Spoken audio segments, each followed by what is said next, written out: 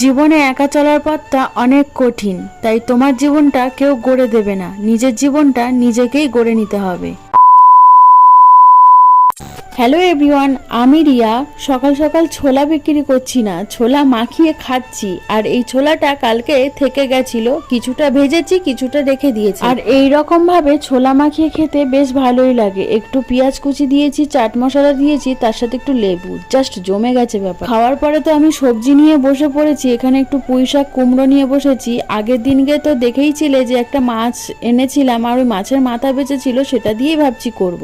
আর এখানে আমি সর্ষে বেটে নিচ্ছি, আর সর্ষের মধ্যে আমি একটু নুন দিয়ে নিচ্ছি যাতে সর্ষে বাটাটা তিতো না হয়ে যায়। আর আমি এখানে শিলেই বেটে নিচ্ছি, কারণ যে কোনো জিনিস শিলে বাটলে বেশ ভালোই মিহি হয়, পেস্ট হয় ভালো, আর তরকারির স্বাদও ভালো হয়। আমি আবার গামলা নিয়ে কোথায় যাচ্ছি চলো তোমরা দেখতে থাকো যে আমি গামলা মাথায় নিয়ে কোথায় যাচ্ছি। এই যে গামলা নিয়ে যাচ্ছে হচ্ছে কলপারে।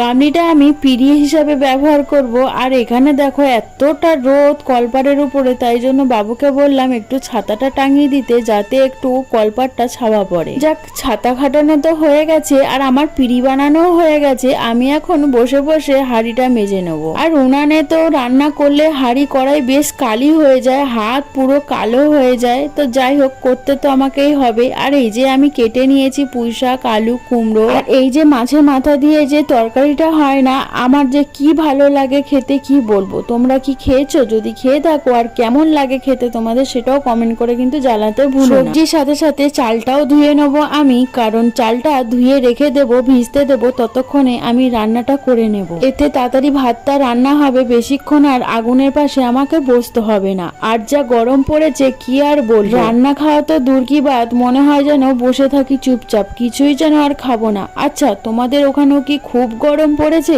আমাদের কিন্তু এখানে খুব গরম। এই বছরটা মনে হয় শীত পড়েনি বলে এই জন্য মনে হয় এত গরম পড়েছে। আর এই গরমে একদম সহ্য করা যাচ্ছে না, রীতিমতো গায়ে যেন আগুন জ্বলছে। এখানে তো আমি ভাত বসিয়ে নিয়েছি, তার আগে আমার রান্না বান্না হয়ে গেছে। সেটা তো তোমাদের সঙ্গে শেয়ার করে উঠতে পারিনি গরমের চোটে, কারণ একটাই, আমি ভুলেই গেছি গরমের চোটে ক্যামেরা অন করতে। আর লাস্টে বসিয়েছি হচ্ছে ভাত। আর আমার দেখো ভাত হয়েও গেছে, তোমাদের সাথে কথা বলতে বলতে বেশিক্ষণ কিন্তু লাগলো না। পুঁই শাকের তরকারিটা করতে করতে আমার এদিকে চালটা অনেকটাই ভিজে এসেছিল, তাই জন্য বেশিক্ষণ লাগলো না। আর এখানে দেখো সর্ষেটা আমি বেটে নিয়েছি। এই রান্নাটা আমি গ্যাসেই করব, কারণ আমি আর পাচ্ছিলাম না উনুনের পাশে বসতে, আর আগুনটাও নিভে গেছিল। দেখো আমার তো রান্না কমপ্লিট হয়ে গেছে। এইটা হচ্ছে সেই ফলি মাছ। গতকাল ভিডিওতে তো দেখিয়েছি যে আমি ফলি মাছ আর গ্লাস কাপ মাছ নিয়েছি, সেটাই সর্ষে দিয়ে ঝাল করেছি, আর মাছের মাথা দিয়ে পুঁই শাকের